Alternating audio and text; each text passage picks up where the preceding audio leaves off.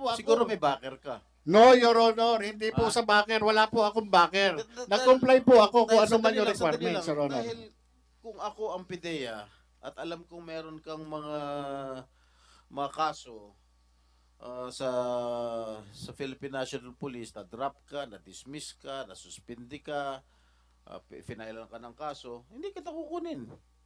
Let me invite you to who you are. Yes, Your Honor. You were admitted in the PNP when? 1993, Your Honor. Exact date.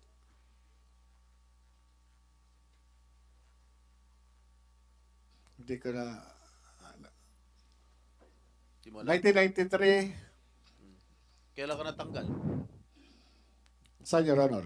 Ha? Saan po, Your Honor? From the service. Sa PIDEA po. PNP. Sa PNP po, yung sinasabi po ni General Lasso. Just answer my question. Kailan ka natanggal? When were you dropped from the rolls of the Philippine National Police? Madrap po ako, hindi ko na po matandaan, Your Honor. Wala po sa akin yung dokumento ngayon. Unless, Your Ilan Honor, taon ka nandito po nagservisyo yun. sa police? More or less 16 or 17, Your Honor. 17 years? According to the information that I have received, you were dropped from the PNP on April 25, 1994. Meron pang ano yan, Your Honor, na restored yan, wait, Your wait, Honor. wait. You were admitted, you said you told us 1993. Correct? Admitted in the PNP. Yes, Your Honor. Yes, Your And you were Honor. dropped from the PNP role on 1994, the same month. Na-restore. Isang Hindi, taon lang. hindi po ako, hindi po ako familiar doon sa date. Kung itatanungin niyo po sa akin yung exact date, wala po sa akin yung eksaktong dokumento, Your Honor. Hindi mo alam kung kailan ka natanggal sa serbisyo? Your Honor, yung ganyang, hindi, kailangan ko sa dokumento. Your Honor, Ako alam ko kung kailan ako nakulong eh. yun po, Your Honor, sa inyo, Kung no? hindi mo alam kung kailan ka na-drop sa PNP? Totoo po, kasi kung pagbabasihan po natin ang dokumento, Your Honor, Kalokohan yan. Your Honor, ang pagsagot kahit saan mang pleading, Your Honor, bumabase ako doon sa dokumento, Your Honor. Hindi lahat ng pagkakataon, Your Honor, makakabisado ko yung mga dokumentong matagal nang nakalipas. Kung ano man yung pangyayari ng matagal nang nakalipas, hindi lahat po yun makakabisado ko o maaalala ko. Depende po, kung meron po akong reference na document, maaari ko po kayong masagot ng diretso, Your Honor. Alam mo, imposibleng hindi mo alam kung... Alam mo nga kung kailan ka na-admit sa PNP, hindi mo alam kung kailan ka na-dismiss. Your Honor, Sandali lang. Alam Yes. mo na na-admit ka noong 1993. Hindi mo alam kung kailan ka na-dismiss sa PNP. Your Honor, The following year na-dismiss ka na. Your Honor, yung sinasabi nyo drop, magkaiba po yung drop doon sa dismissal. Okay. You were dismissed a few months after, 1994 din. Your From the Honor, service. Your Honor, yan pong ng PNP na yan, na-restore po ako sa full duty status. Meron naman po yan dyan na kung i-recall ko, ako ay na-restore sa full duty status. May mga po yan, may mga dokumento na nandiyan, Your Okay. Honor. Tell me the reason why you were dismissed. Dismiss or drop, Your Honor. Graft. Drop, Your Honor. Hindi ko Give me the reason why you were dismissed from the service. PNP. Nagkasakit po ako noon yan, Your Honor Yan yung naging basis ko noon. Your Honor, nagkaroon ng misappreciation of facts. Yan po yung naging ko doon sa PNP noon. Kaya nagkaroon ng restoration to full duty status. So,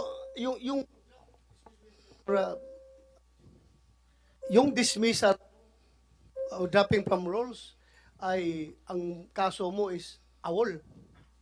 Kasi nagkasakit ka? Yes, Your Honor. Yan, na-restore po ako. Na-restore po ako nung panahon na yan. Kaya po ako nakabalik. Your Honor. Okay. You were reinstated 3 years after, December 30, 1997. Am I correct? Yes, Your Honor, dahil nagkaroon ako ng mga, sa PNP rin, Your Honor, ang problema, hindi po sa akin. Dahil ako, nagkaroon ako ng communication sa PNP noon dahil dyan sa ano na yan, doon sa ginawa nila sa akin. Kaya na-reconsider yung aking ano no, yung aking pleading sa kanila, kaya nagkaroon ng restoration sa full duty status ko, Your Honor. And after which, 10 years after, you were suspended from July 1, 2007 to September 2007. Why were you suspended? Yan po yung sa trabaho nun, Your Honor, nung ano, no, parang, kung di ako nagkakamali, Your Honor, yes, sa pleb. Kung di ako nagkakamali. O ngayon, naalala mo na. Hindi, Your Honor, ako sa akin, Your Honor, nire-recall ko yan eh.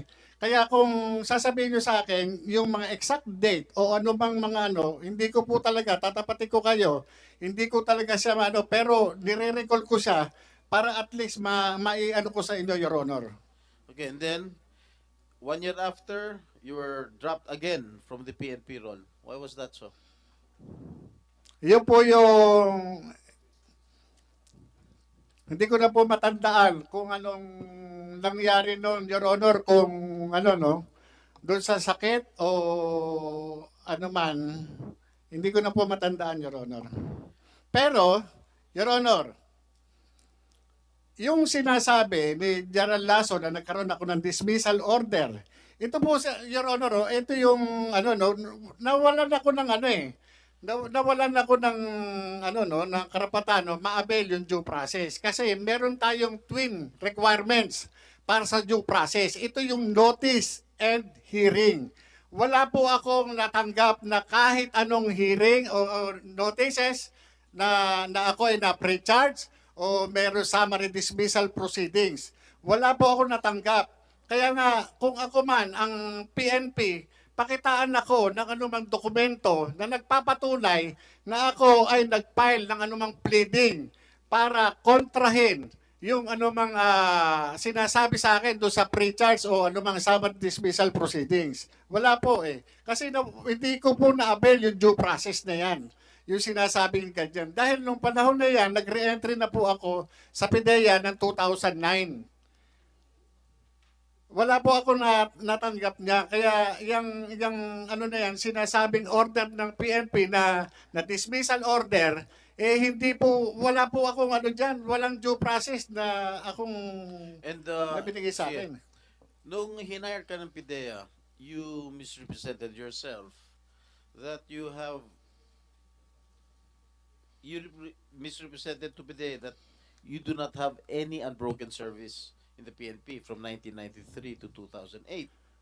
And you did not disclose that you were dropped from the PNP role on April 25, 1994 and August 28, 2008. And you were dismissed from the service on November 7, 1994 and was suspended from July 1, 1997 to September of 2007. Your Honor, doon sa pag-accept sa akin ng recruitment committee ng PIDEA, hindi mapapalusutan si General Junicio Santiago. Kaya nga ang sinasabi ko, inaano ko rin kay General Lasso, ang ibig bang sabihin, mas magaling siya doon sa kanyang upperclassman na si General Junicio Santiago na 4-star General sa Armed Forces of the Philippines? Kasi tinanggap po ako ni General Santiago at yung mga hinihingi po sa akin, nag-comply po ako. Paano po yun? Service record kasama po yun. Hindi po pwede na hindi ako magde-declare na kahit ano pa man dahil magre-reflect yan sa service record. Pangalawa, yung mga clearances. Kasama po yan doon sa recruitment process. Hindi po ako i-appoint ng Philippine Drug Enforcement Agency kung ang aking mga dokumento ay kamas-kamas. Alam naman po natin na si General Santiago hindi po basta-basta mapapalusutan Kaya yan. nga, sandali lang. Kaya nga hindi mo nga sinabi yung katotohanan. Sinabi po, Your Honor. Na-dismiss ka sa Opo, PNP. dahil nga po, meron akong ano, kaya tinawag po nila ako, nag-comply po ako. Siguro may backer ka. No, Your Honor, hindi po sa backer, wala po akong backer.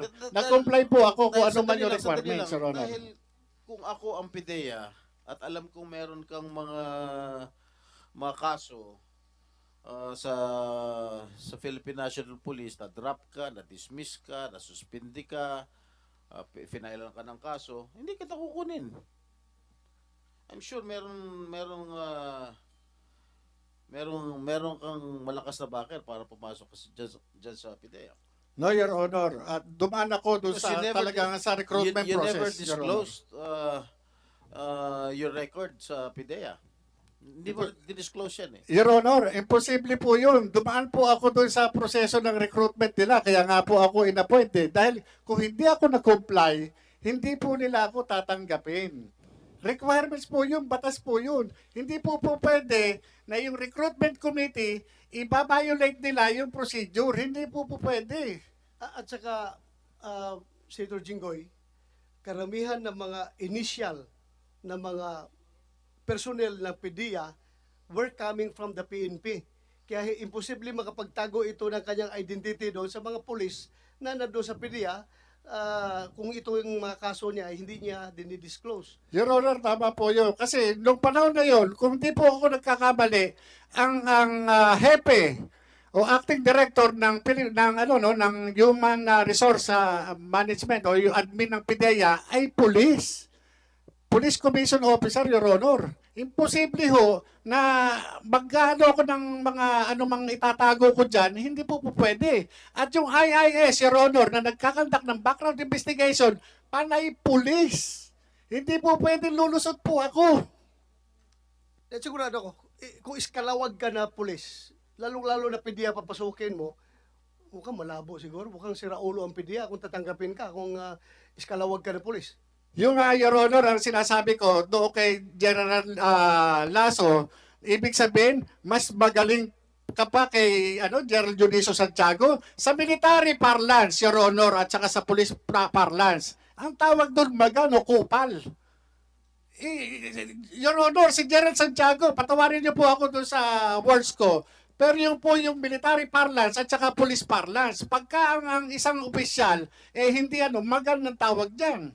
Your Honor, napaka-tinong opisyal ni General Santiago. Ano tawag? Magan, Your Honor. Magang? Magan. Magan or kupal, Your Honor. Totoo ba yan, Mr. Chair? Yes, magan, stricto. Ibig sabihin ng magan, stricto. Kupal, yung wala. Kurap na opisyal.